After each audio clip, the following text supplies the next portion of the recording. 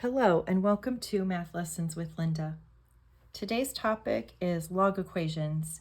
So if you have not yet started your log unit or not very far into it, you might want to hang on and watch this video in a little bit. Otherwise, here we go. So this kind of an equation tells me that I may need to use logs because I have a variable in my exponent. So let's start off by adding 2 onto both sides of my equation. So I get 3 to the x power equals 10. So at this point, there are 2 different ways that we can solve this problem. So I'm going to go over here and I'm going to do the calculator method if you are allowed to use that in your class. So if I have 3 to the x equals 10, that's exponential form. I can rewrite this in log form, which would be log base 3 of 10 equals x. So if you use a TI-84 or other graphing calculator in your classroom, you should use the math button and then scroll down to letter A and it'll say log base. And you enter in the 3 for the base, the 10 for the argument, and when you hit enter, it will tell you that x is about 2.096. So all this method requires is that you know how to go from exponential to log form and enter it into your calculator. Now, if your teacher wants you to show more of your work and do this algebraically, we'll keep going on this side. So I'm going to start here by now taking the log of both sides. So I take the log of 3 to the x and the log of 10. I have to keep my equation balanced. I'm going to use my power property, which tells me I can bring the exponent out front. It becomes a coefficient. So I now have x times log of 3 equals log of 10. And to solve this, I'm going to divide both sides by the log of 3. So now this is what you would enter into your calculator. And you're using the LOG button. And what it's going to tell you is also you will get 2.096. So depending on how you are asked to do this in your math class would depend on which way you use. So let's try one more. And this is going to be with natural logs.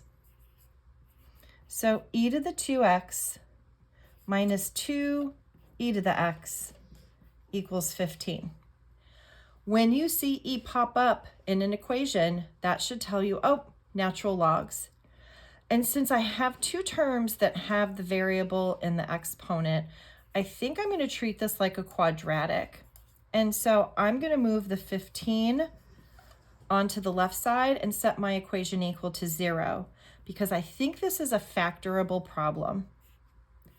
So when I factor, like if I have a variable that's 2x, I'm going to keep my e base.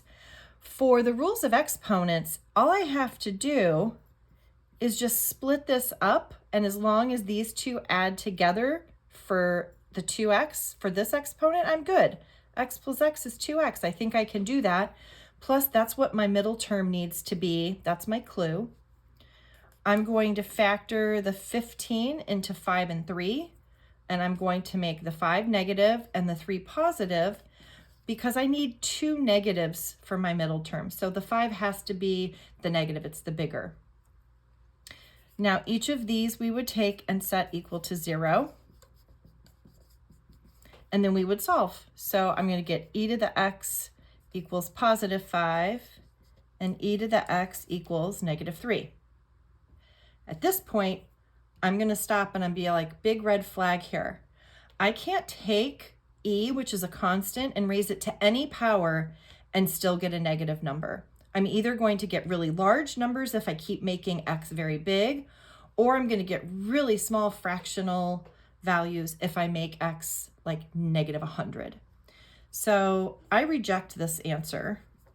I'd cross it off and I'd write reject so your teacher doesn't get confused, but can't ever have this equal a negative. Now on the other side, I'm okay with my positive 5. So what I'm going to do is take the natural log of both sides. Remember, with e bases, you have to use natural logs. I'm going to use my power rule again. So x times the natural log of e equals the natural log of 5. And if you remember, the natural log of e, since it's a base of e, is just 1. So this term is x times 1. So x equals the natural log of 5. On your calculator, make sure you're using natural logs. And when you do that, you should get about 1.609. And if you want, you can take that value, you can substitute it back up here, evaluate this, and you should get 15 for your answer. So those are a couple more advanced log equation methods using common logs and natural logs.